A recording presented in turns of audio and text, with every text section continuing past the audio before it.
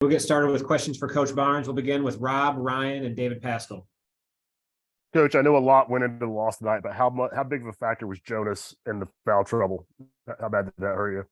Well, it was difficult because, you look at it, I think we pretty much went the distance with 8 guys basically getting some minutes, and really proud of the effort the guys, they fought, and a lot of men. I think Olivier played the most minutes he's played since he's been at Tennessee, and yeah, we needed Jonas out there, but Tobey went in and I thought did some really good things for us, and a lot of guys did. I mean, they fought. We fought. I'll tell you what I told the team. We've just got to stop fouling 3-point shooters. I mean, we keep talking about it. We have a competitive group of guys, but they've got to understand they're not going to keep players from getting a shot off. We just plays like that. We've got to stop. I mean, we gave them 5 points right there that, and they try to, they're a team that gets to the foul line anyway. We've got to stop making those plays, and we've talked about it. We've got to stop. How costly were the 16 turnovers you guys gave up? Well, I thought the first half we did. I thought, again, we turned it over in ways that we shouldn't have, didn't need to. And, we came up with a steal there at the end of the game, and both teams playing hard, and we had it, but in a scramble situation like that, sometimes you can get turned around and guys can come in from different areas. But again, the difference was, free throw line. I think they got there, 34 times, and they do go downhill.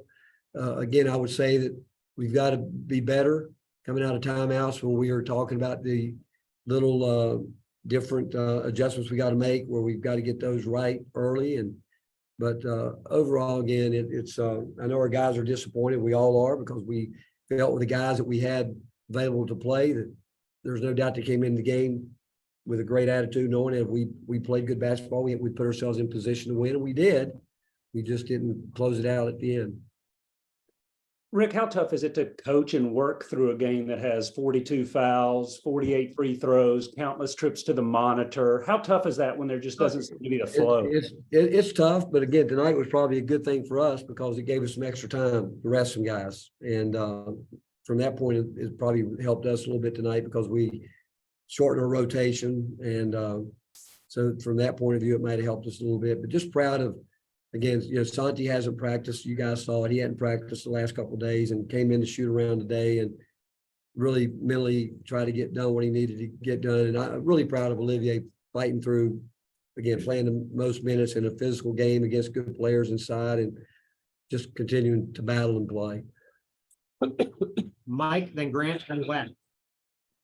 Yeah, Rick, what was your vantage point of that timeout in the final 20 seconds or so there right in front of the bench where it was a loose ball situation? Well, they said he had to foul. But my only concern was the timeout was called from way down at the bench, and I don't think that's allowed, in a scrum area like that.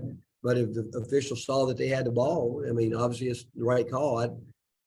But it's been a long time coming since I've seen a coach, referee call a timeout when they're 50 feet from the play in a scrum. But if he saw it, He's a terrific official, and if he saw it, he did the right thing.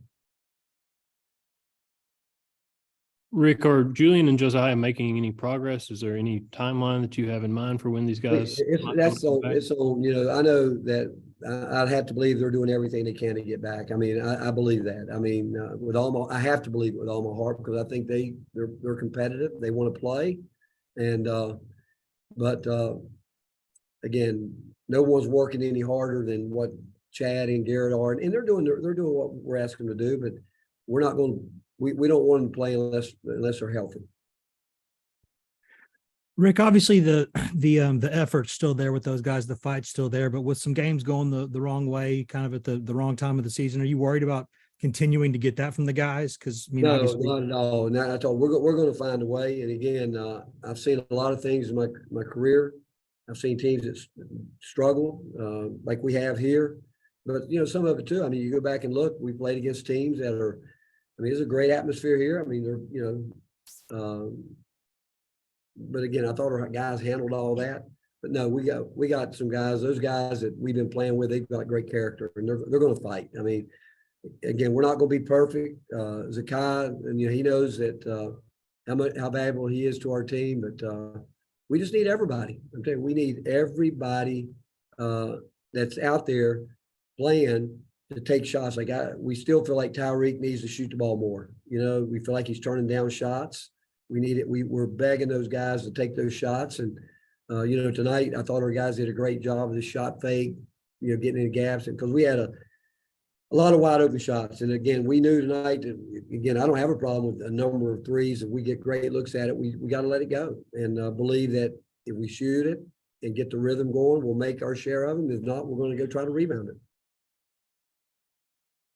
Ben, then Reese.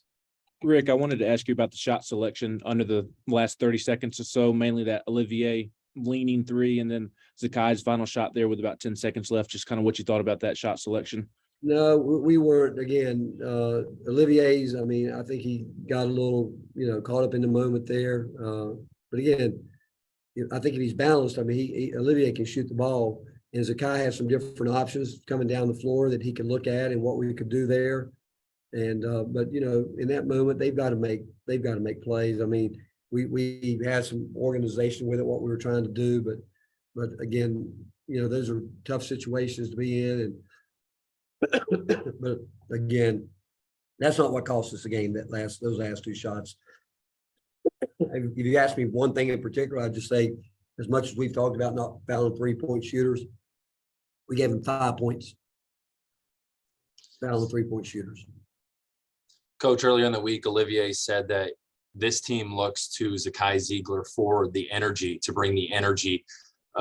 Sometimes it feels like he's pressing a bit. How do you keep a player like that from pressing? I thought his turnovers where he was trying too hard to get guys involved, and where I thought he turned down some shots early. And you know, he's caught in the middle right now where you know he really is trying to get guys involved and doing some things. And but too, I mean, you know, we've had so many different lineups we've had to go with throughout the year where we haven't been able to get the rhythm we like to have. But the fact is, he's fine and he's competitive. Wouldn't trade him for anybody because we know how much he cares. And his when he's struggling with certain things, his thought process is, I'm going to fix it right now, which sometimes it can compound and work against him, but he's gotten so much better to understand the things now. The shot clock violations, that can't happen. That's not just him, that's everybody. And we talk about that. You know, the bench is talking about the things that we're talking to them, but I will tell you, every one of those shot clock violations, shots were there to be had before we got to that situation, and some players didn't take them. All right, Coach, thank you very much. All right, thank you.